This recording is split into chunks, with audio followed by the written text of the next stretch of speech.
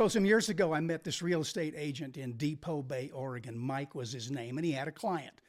And the client was very frustrated, Mike says, with his second home ownership because, as he described it, a terrible imbalance of the monthly operating costs, mortgage, insurance, taxes, that kind of thing, versus the amount of use that it got throughout the year. But Mike says that he had an idea, which was to sell shares. And so he figured he could sell shares and divvy up all of the operating costs throughout the month and throughout the year and coordinate the usage among the co-owners. And Mike says to me, is that even possible? I mean, how would you even do that?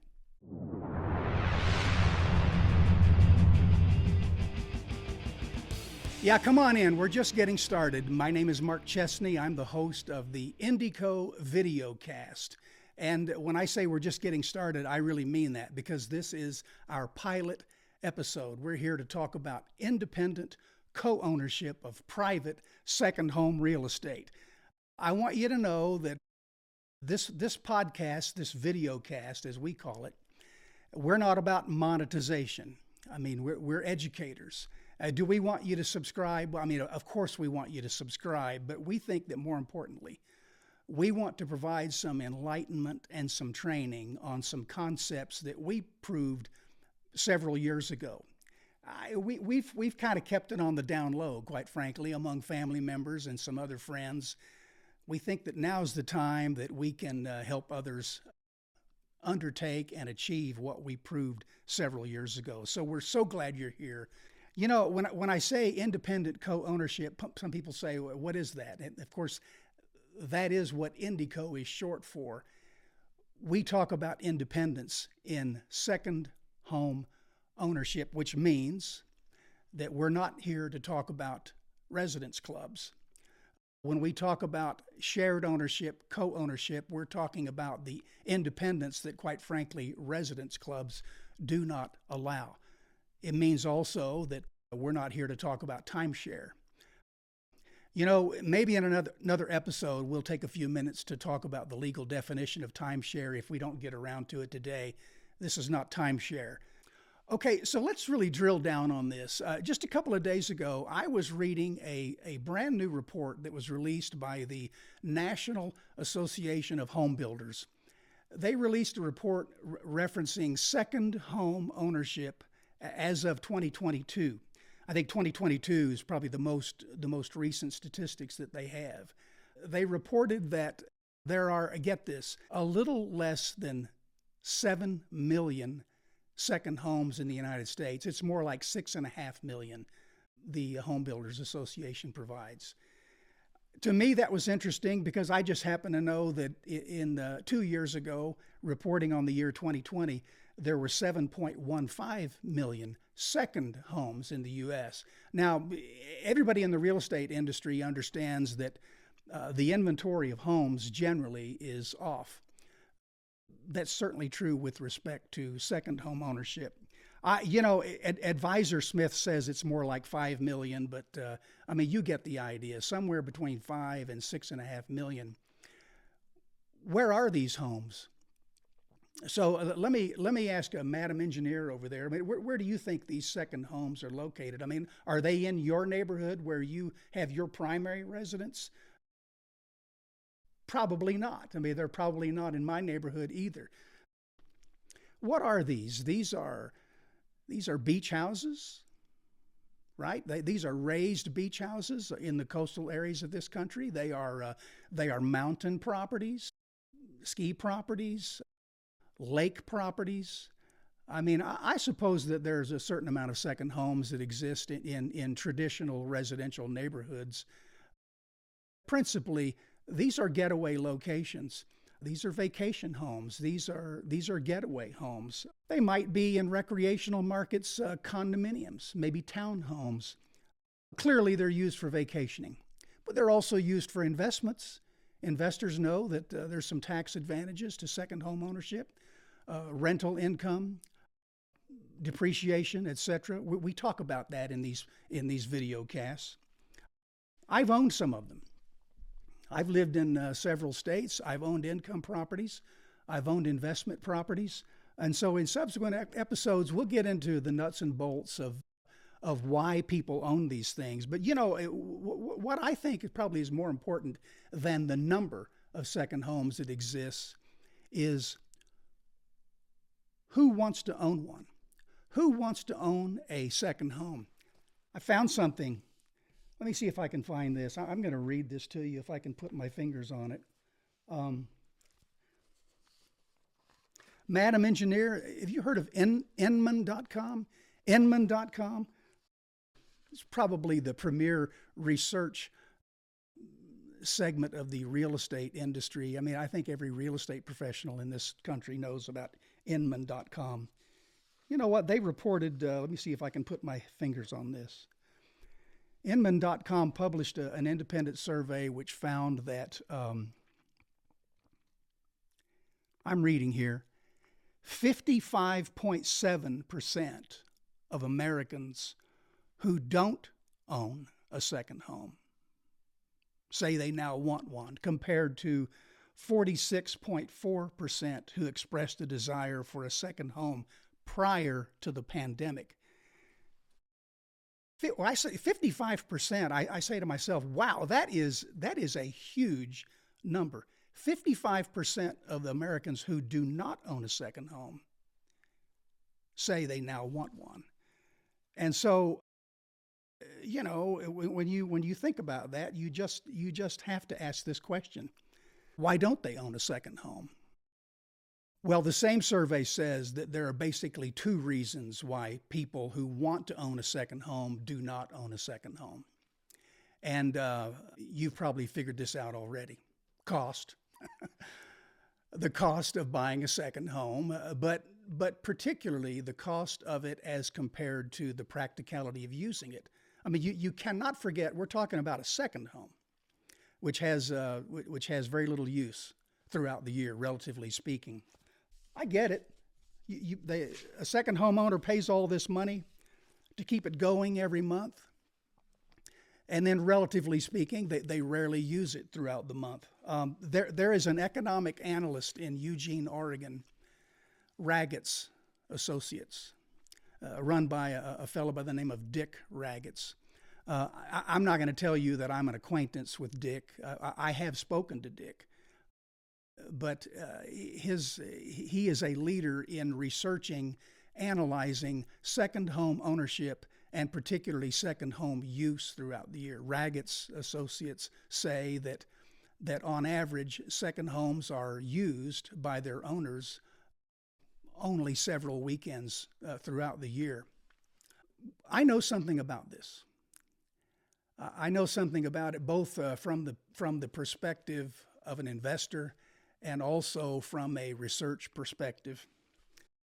You mind if I tell you just a little bit about myself? I think I said earlier that I have owned income properties. About 17 years ago, I became fascinated with the idea of owning not necessarily investment properties, but owning second homes. And I literally traveled throughout the United States, East Coast, West Coast, Rocky Mountain states, Appalachian Mountains, on a quest to understand more about the mentality and the psychology and the practical investment advantage of owning a second home. It was kind of a passion project for me, but I began asking a lot of questions about how does this come together. I found over time some solutions as to how to make it happen. As I did, I realized that I was beginning to crack the code. Here are the questions. How does a person buy a $2 million second home with the help of others, such that the entry cost for owning it is $250,000? Ponder that for a minute. And even after you're successful in buying it, how do you take title?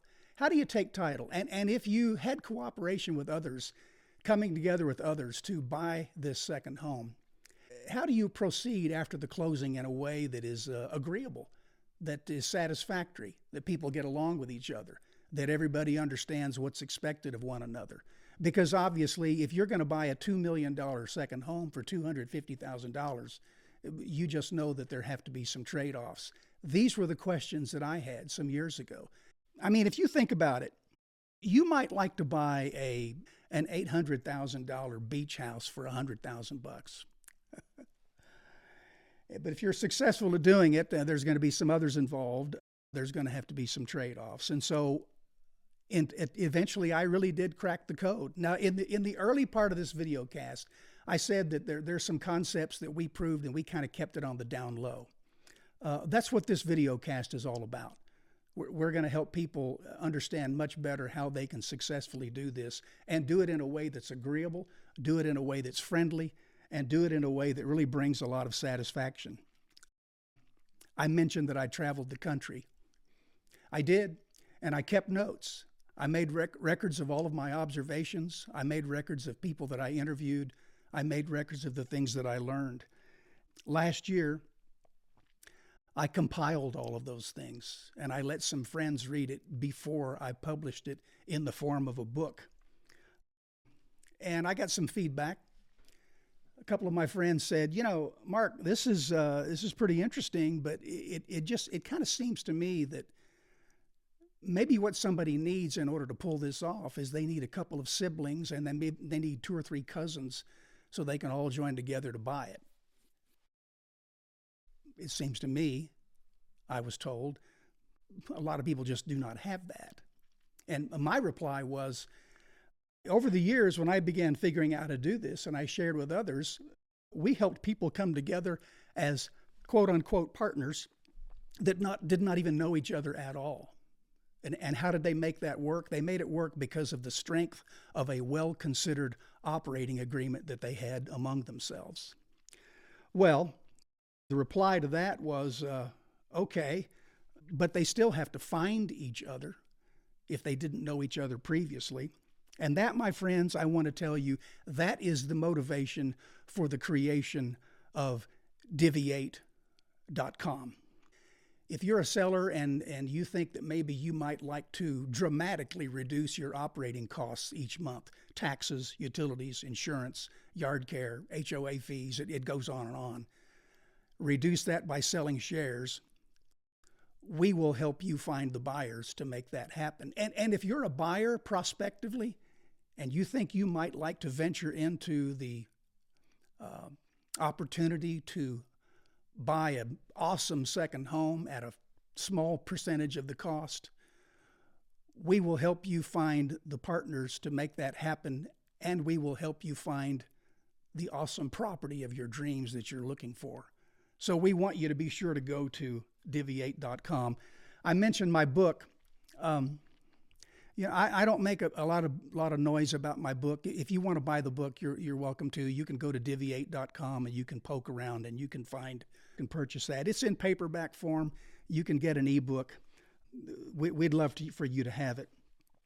One of the things that we want to accomplish in this is we want to answer your questions.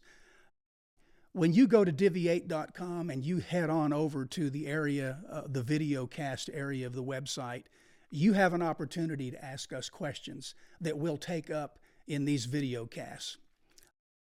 It is true that often people have the same question, and that's understandable.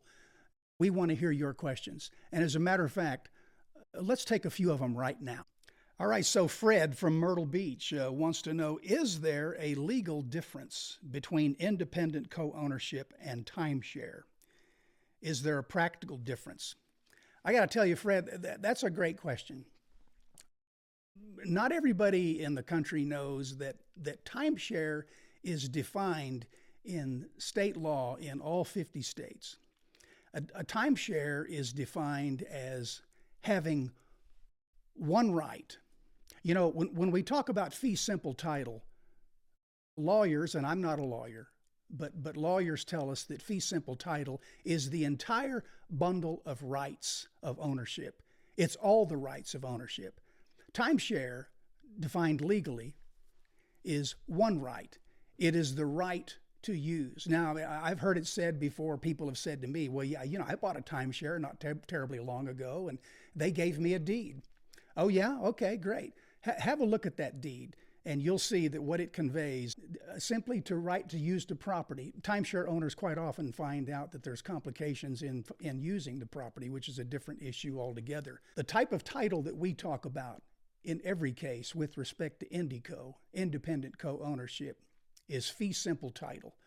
And we have the experience in preparing the transaction documents and all of the necessary process elements to make that happen. He says, is there a practical difference? Well, yeah.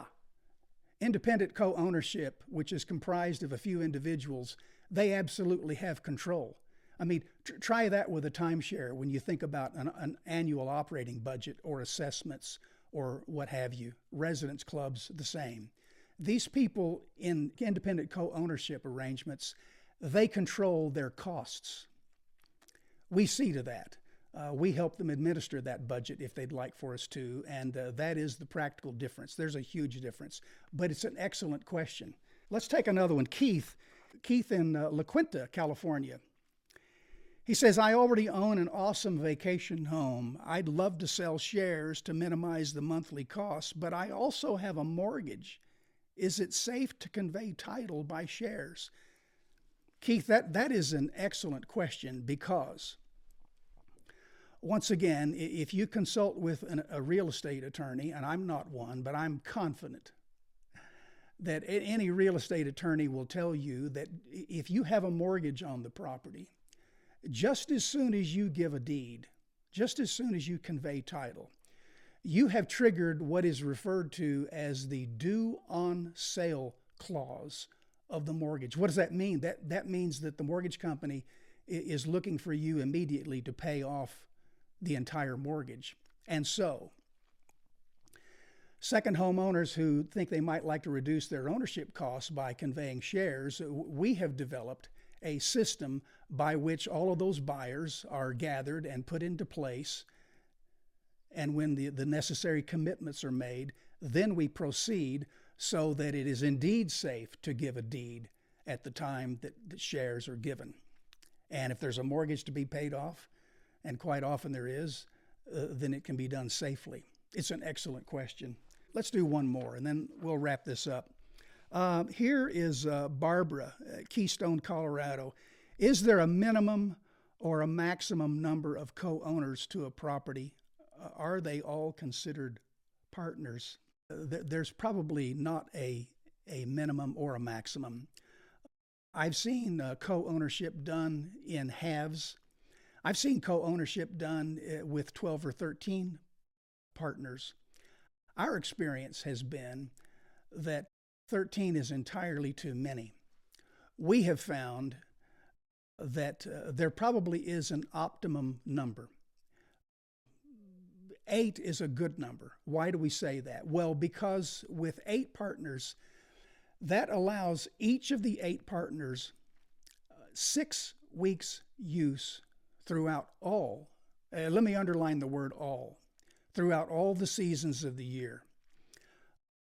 I said earlier, much earlier in this video cast, that analytical experts tell us that second home ownership properties are used on average somewhere around 5 or 6 long weekends a year, or something like about 37, 39 days a year.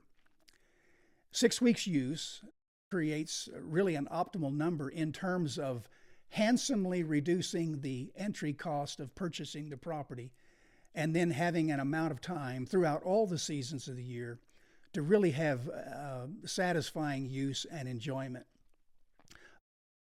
In subsequent episodes of our video casts, we will talk more about our transaction documents, which set forth all of those mutual obligations that co-owners have with one another, so that everybody understands the rules, everybody understands what's expected of one another, and that use is coordinated in a way that really is friendly. As we continue to do these video casts, there are some things we want to accomplish. We want to help. We want to help. And fortunately, we have a lot of experience in figuring out how to make it workable, how to make it satisfying, how to make it affordable, and really how to make it enjoyable. And we've got a website now that will allow you to tell us about yourself and tell us what it is you want and where do you want it. And what is your budget? And we can help you. We want to continue to take your questions. Please dial us up at divieight.com and give us questions, and we'll address them in these video casts that we're doing. Here's something else. We want to use this platform to allow real estate agents to talk about their markets. They may or they may not talk about the concepts of independent co-ownership, Indy-co. I mean, we can talk about that. We're good at it. We know how to do that. But they know their markets like nobody else does. What the culture is, what the attractions are, why their market is a fantastic place to own a second home. Anyone and everyone listening to this presentation, you have more real estate agent contacts than I do. Would you please share this presentation with them and ask them to get with us? We want to give them an opportunity to brag about their market, which is so very worthy of being bragged about. Second home ownership is a smart investment. We can provide the accounting information that is needed, do what is required in order to take advantage of tax benefits. We can help you with that, and we're excited to talk about it. Hey, thanks for joining us. Check in with us next time. Dial us up. We want to help you learn how to achieve second home ownership, because after all, I got a feeling you're among the 55% who want to own a second home. We're going to show you how you can do it in a way that is smart, in a way that's enjoyable, and in a way that you can have a lot of fun. Thanks a lot. See you next time. Thank you.